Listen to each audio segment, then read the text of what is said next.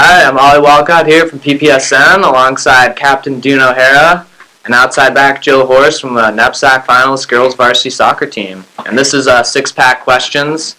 Ladies, how are you doing today? Good, thank you. How about you? I'm doing well. Long day of work in the PPSN Center here. So I just got a few questions for you guys. Tell us a little bit about yourselves. Well, I'm from Woodstock, Connecticut. I'm a 4-year senior here on the Hilltop. I started and played every minute since I was a freshman on varsity soccer. I'm a junior here at Pomfret, and I'm an outside back. I've also started and played every minute since my freshman year. I've also played with Duun. I said I'm a junior, not a senior.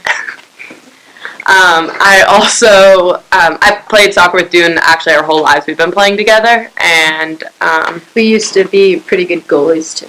Yeah. So, it's kind of a question for both of you. What are your favorite memories from the season, and what made them so special?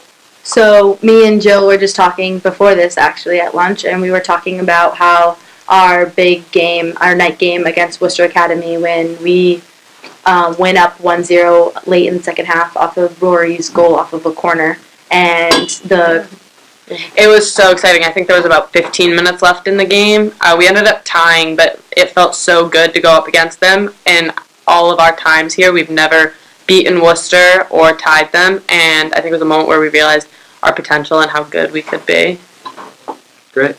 So you guys have made the playoffs every year, and you've improved each year. So what were the key to success on that run, and how did you maintain that success through your 4 years playing on the team? So Jill, I'll let you answer the second part of this question, but I think the key to success for the last 4 years is definitely our work rate.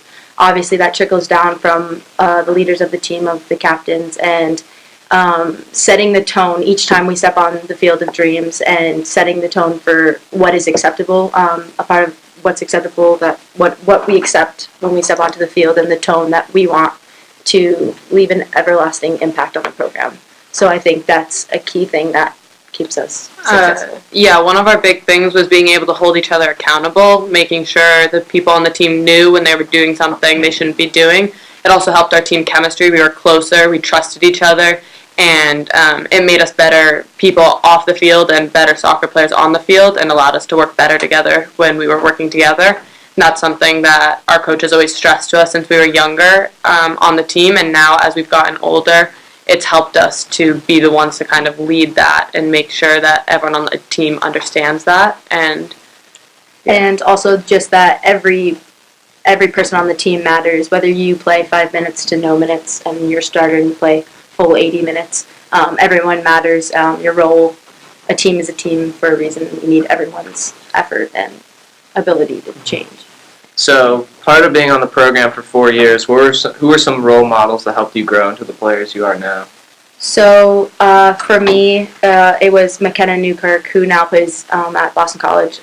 She's a hockey player, so soccer wasn't her first sport, but for me, she exemplified what it is to be a true teammate. She was actually injured my whole freshman year and couldn't play with us, but even though she was a starting midfielder, but she showed me what it was to be a leader and a teammate, even if you weren't on the field.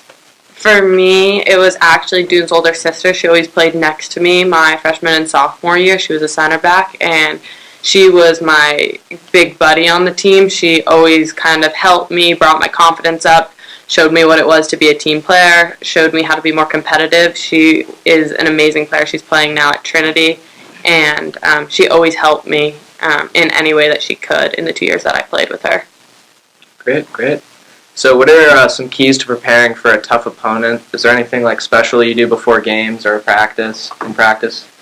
I think for us, a day before the game is usually preparing set pieces and all of that stuff. So we try to take every drill, especially before game day, very seriously with the high tempo, like I mentioned. We talk a lot days before the games. We're always screaming, we're clapping, but there's always a sense of camaraderie between all of us that really helps us for the day of game day. Yeah, we have a couple traditions that we do before games. Some have been on the team for a while. Some we just started this year. So one thing we do is we stand in a circle outside of the locker room before we head down to the field, and we do something called the true circle. So we each go around and say something we're going to do well in that game. We all scream and get everything off our chest and just get ready to go down there and get fired up for the game. Do you actually scream true after Yeah. that? Yes. So like if Jill were to go, so we'd all be like having our arms So around Jill each would other, be like, and Jill I'm would going to stick number 9. watch. Good Yeah. So tackle. Jill go, Like I would say, I'm going to score a goal. and the whole team as soon as she finished would be like true, and so like you're screaming Yeah. at each other, and Is it like a true or is it like a true? it's just It's like a true. True? Okay. Just And we scream it so loud.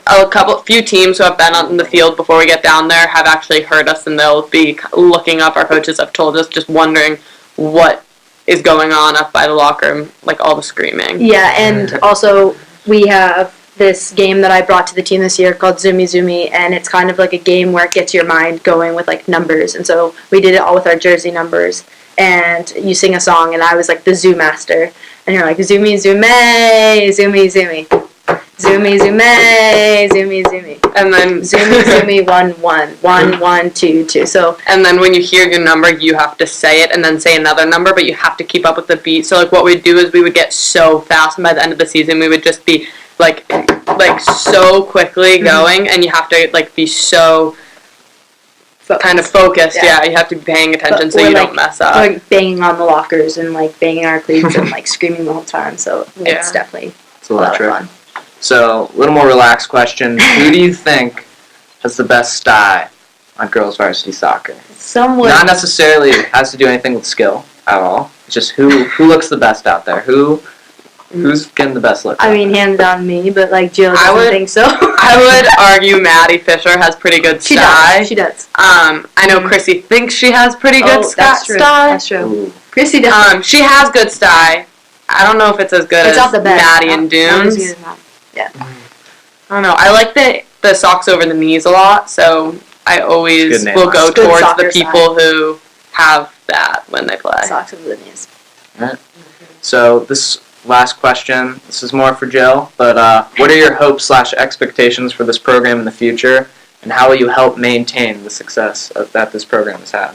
So we have a strong group of girls returning to the program, and not only that, for the past, I don't even know how long, let's say 15 years, the program has been super strong. It's made playoffs for the last 10 years, since both of our older sisters were freshmen, which was 2008. They've made playoffs every single year except one, making it to the finals twice, making it to the semis probably 3 times, 4 times. So it's a super strong program, and I think that Erin's really good at bringing up athletes, turning athletes into soccer players, and turning soccer players into even better soccer players. And not only that, a lot of girls on the team were taught from a younger age how to lead and how to be, how to set good expectations for the younger players. So it's not a team that necessarily just has 2 captains that are leading the team. And while we had 2 amazing captains this year, we have so many good leaders on the team, which will help us moving forward. And we even have rising juniors. We have sophomores from this year who will step up, and they'll do really big things next year and in the years to come. And as someone who's obviously not going to be there next year, I'm actually really excited to see Jill step up and become a leader of GBS next year, and I can't wait to hear all about it. Great. Well, thank you for taking the time out of your day to come. We really appreciate it here at PPSN. Thank you. Ollie Walcott signing out.